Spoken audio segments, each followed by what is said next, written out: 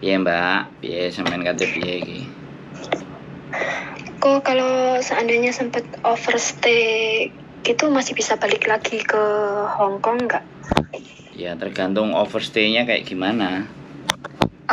Itu gara-gara apa ya? Kan di intermediate mendadak, tapi nggak dikasih surat notis gitu loh. Terus selama cari majikan itu kan pas COVID lagi parah-parahnya banget kan. Terus berusaha cari majikan ke sana ke sini, terus nggak ada yang cocok. Terus ya akhirnya overstay selama 3 bulan. Tapi sebelum aku di interminate kan bulan 3. Terus habis kontrak itu kan aku 4 tahun kurang 5 bulan ya. 4 tahun kurang 5 bulan tuh di interminate. Nggak jelas kenapa alasannya tuh nggak jelas gitu loh. Pokoknya habis kerja semua beres, dari pagi kerja sampai siang, kerjaan udah beres, langsung disuruh siap-siap beres-beres barang, suruh pergi gitu loh. Tapi tanpa alasannya jelas, terus aku minta bukti surat interminitan nggak dikasih. Terus detik itu juga aku dipanggilin taksi, pokoknya harus ke bandara detik itu juga. Dengan alasan apapun, tapi aku kan nggak mau, aku mau pulang ke agent gitu. Tapi dia nggak ngasih, pokoknya kamu harus naik taksi langsung ke bandara. Tapi kalau kamu mau ke sini, ya kamu dari bandara ya ke sini sendiri gitu loh. Terus ya udahlah, pokoknya ya udah detik itu juga aku keluar. Nah, terutama aku kan di luar kan 2-3 bulan. Terus habis itu sebelum habis kontrak, aku bulan 8 tanggal 11 aku nyerahin diri. Terus ya udah proses sampai pokoknya ngikutin aturan proses sampai aku minta pulang gitu loh. Ya udah, alhamdulillah lancar. Proses dari awal sampai selesai, sampai aku dikasih tiket pulang tuh lancar. Tapi waktu aku kan prosesnya waktu itu di Kowloon B.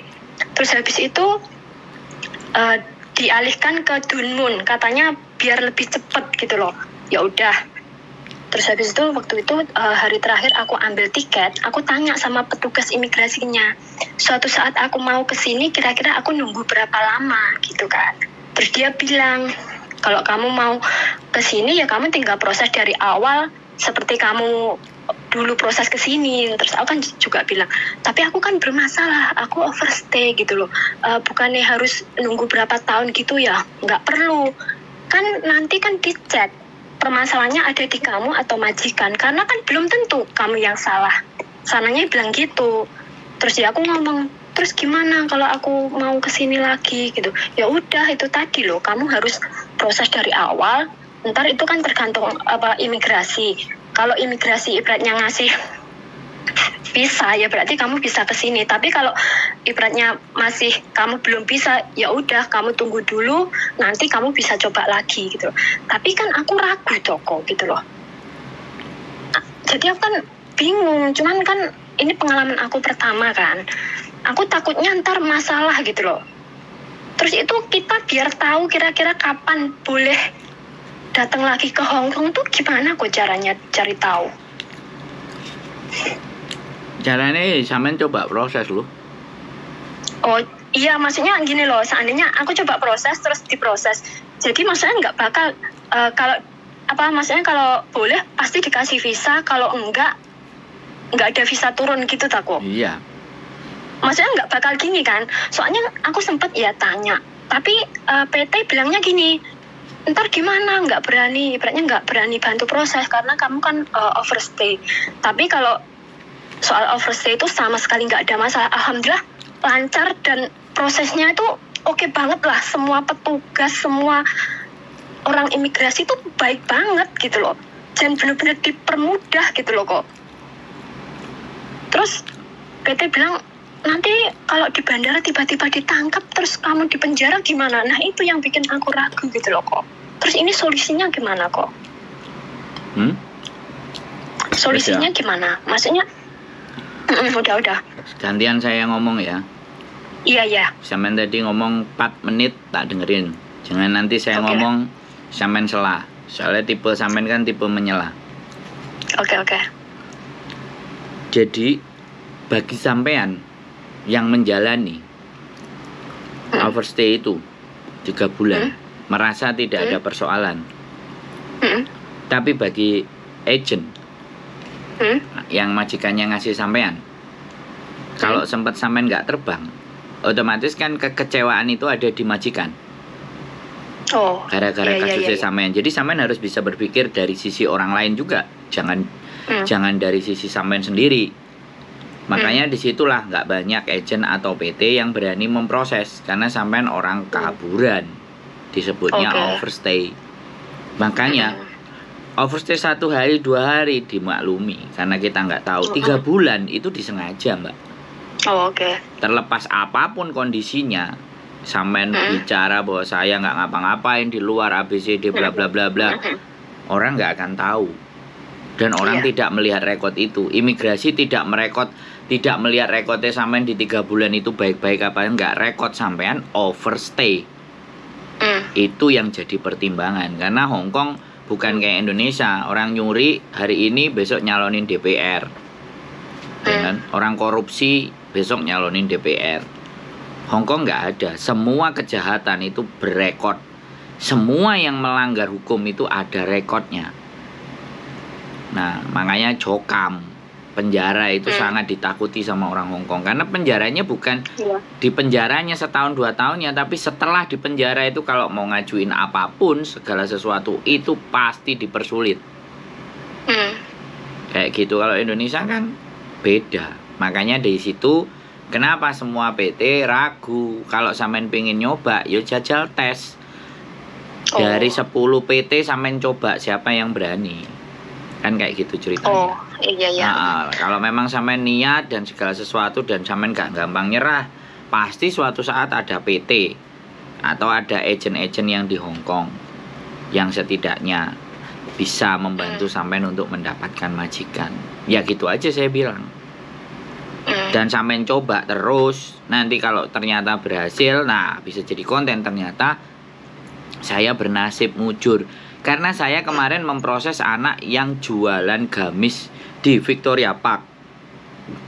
Ketangkep di kantor polisi Wancai. Dia proses sama agent, sama PT sama agent. PT-nya kebetulan lewat saya. Terus agentnya Hong Kong. Nah, sebelum turun visa, agentnya disuratin, anak ini suruh declare bahwa dia tidak akan melakukan kejahatan bla bla bla bla bla bla bla bla. Karena tanggal sekian dia punya catatan polisi. Akhirnya agentnya bikin catatan. Nah, setelah bikin catatan ternyata visanya turun. Nah, di situ loh. Jadi kita nggak ngerti ya imigrasi ini modelnya kayak apa, gitu loh. Tapi buktinya dia nyampe di Hong Kong, dia kerja sekarang. Gitu. Jadi dia nggak jujur sama saya waktu proses itu kalau dia pernah punya catatan kejahatan. Nek sampean ini kan jujur. Jadi nek sampean jujur kan enak nyeritainnya. Dan rekod sampean kan saya nggak tahu 3 bulan. Pernah ada pelanggaran lagi nggak atau apapun itu kan kita nggak ngerti. Makanya kejujuran itu penting, Mbak. Iya. Gitu. Sampean mau tanya apa lagi? Gini, itu paspor emangnya yang dimaksud aku kan pernah dengar toh, katanya kalau orang kayak mungkin pernah di penjara atau gimana gitu, katanya ada tanda merah, cap merah, itu maksudnya gimana kok? Aku tandanya nggak tahu. Dan aku hal itu belum pernah ada yang cerita sama aku, dan aku juga belum pernah melihat. Jadi aku nggak berani menebak-nebak. Aku nggak berani memberikan informasi di mana informasi itu tidak jelas buat saya. Makanya kan di Hong Kong berita-berita banyak, saya nggak reken. Kalau yang korban cerita lagi ke saya sendiri, nah baru itu valid. Makanya saya tidak akan asal menyebarkan informasi yang nggak benar. Begitu Mbak Epi, mana? Sampean mau tanya apa lagi? Soalnya kan pernah aku ngomong sama temen, maksudnya katanya gini loh, saya dia cuma katanya sih, katanya kalau benar-benar dia tuh mungkin pernah di penjara gitu, atau mungkin di backlist dari Hong Kong itu paspornya ada stempel merah gitu loh. Coba kamu lihat. Nah aku kan baru sadar. Terus aku lihat, tapi punya aku nggak ada apa-apa gitu loh. Maksudnya nggak ada cap merah, itu cuma stempel hijau. Kalau pada tanggal itu aku terbang ke Indonesia itu aja. Jadi kalau seandainya itu ya kita harus nyoba itu ya kok. Masa udah pastikan kalau benar-benar ibaratnya dari sananya ngasih visa berarti masih bisa masuk gitu ya kok ya? Iya. Jadi maksudnya nggak bakal kayak orang-orang ntar visa turun terus tiba-tiba bermasalah di bandara gitu kan? Ya. Itu tergantung visanya gitu kan? Ya gini loh Mbak, sekali lagi yang dicatat sama imigrasi Hong Kong itu rekod sampean di dalam, bukan paspor. Nomor paspor kan bisa ganti. Yang direkod sampean kalau Hong Kong itu KTP. Gitu loh, KTP. Di KTP-nya sampean itu ketika dimasukkan di kantor polisi, rekodnya kelihatan semuanya. Oke. Jadi bukan paspor gitu loh. Kalau paspor itu hanya apa ya nek ngarani, data sampean orang Indonesia. Jadi seperti itu, no problem. Oke. Makasih kok ya. Udah jelas? Udah paham? Udah jelas kok. Makasih, udah paham. Makasih banget ya kok. Oke, siap. Oke, yuk, assalamualaikum. Waalaikumsalam warahmatullahi wabarakatuh. Oke teman-teman semuanya, apa ya, rekod overstay itu hati-hati. Ada orang yang nggak takut, ada yang takut, ada yang khawatir. Tapi bagaimanapun dan apapun, catatan overstay itu pelanggaran administrasi. Jadi pelanggaran izin tinggal.